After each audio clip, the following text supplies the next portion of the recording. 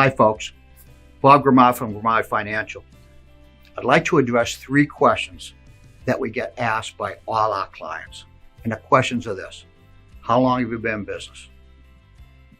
Why did you start in this business? And when are you going to retire? So let's start with, when am I going to retire? Quite frankly, I don't ever plan on retiring.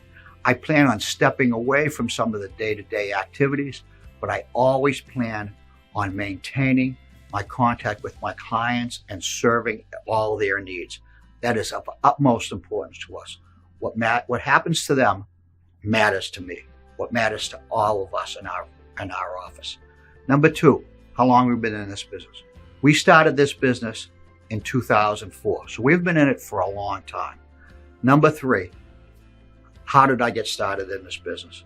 Well, this is kind of a personal story, but I want to share it with you because I think that you need to know the person that's taking care of your money or standing in front of you today, where they came from. I was born at a very young age. Just kidding. My wife always hates it when I start this that way, but this is my video and I'm going to do what I want. Okay, so truth be told, I married at a very young age. I was 20. My first wife was 19. God bless her. We had a 5-year plan, no kids for 5 years. And oh, surprise, 3 days before our first anniversary, Jason was born. I was 21, she was 20. We started, okay, let's start our family. 2 years later was Matthew. 3 years later was Amanda. And here we go. What was that? 26, 27 years old, 3 kids. It was tough, right? We've all been through it. You've all been through tough times. It was tough, but we got through it. And as life started to get better for us, we were thrown another curveball. My wife started to develop intestinal issues, age 40. Age 42, we get a colonoscopy and find out that she has colon cancer. She died 3 years later. Now, I took care of her better than anybody else could have in the world. And this is not a sob story, by the way. This is a success story. Everyone that's listening to this video, everyone that attends my seminars have their own story. Whether it's a death, a divorce, whatever, but we're here. We're still clicking. We're still functioning. So this is a success story. I was working for Chrysler Motors. I had a very good job. And, when someone goes through chemotherapy, you go the same time every week. So you get to see other folks going through the same thing in families. You get to talk, you get to know. And I saw things happen that I questioned. Why were they sent home? What was going on? And I got the answers from the nurse, like, they didn't have a rider for chemotherapy, or they're already hit their maximum, or they actually didn't have health insurance, so we can't give them the same type care. At that point, I knew I needed to do something. I knew that my life was unfulfilled. I was working for the money at that point, and I knew that I had to do something for people. So when Colette passed away, I started my own health insurance agency.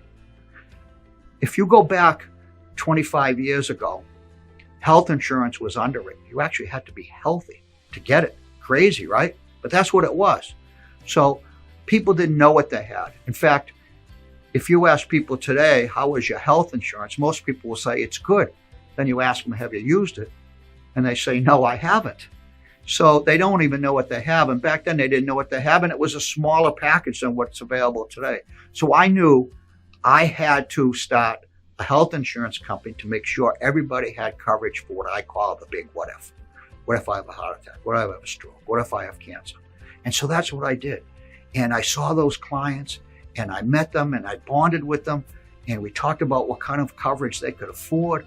And that automatically led into the financial aspect of this. They talked about their finances. They were retiring, how much money they had, how much they had to use. And they would ask me about these things, and I would look at it and I would see that some of the people were kind of wronged. First of all, they were wronged by not having the right explanation about health insurance, and they were kind of wronged about their financial package and where it was leading them. So I made changes for them. And so this led me into the field that I'm in today. My wife, Dawn, still maintains our book of business of health insurance, even though we took a 75% pay cut. Obamacare came in, she couldn't leave those people uncovered. So we're still doing that. And it morphed to this, helping people take care of their finances, help them retire, make sure they're on the right track. So we've been doing this a long time. And when I left my job, people said to me, you don't know anything about health insurance. But this is what I knew. I knew that if I took care of everyone and I did the right thing every time, the money would take care of itself. That is our mantra today. There's no question that we get paid for what we do, but money is not our motivating factor. Money is a byproduct of doing the right thing every time. Not sometimes, not maybe, not when just someone's looking. Every time. And our clients will attest to that. We put their needs before ours. Thank you for listening. God bless.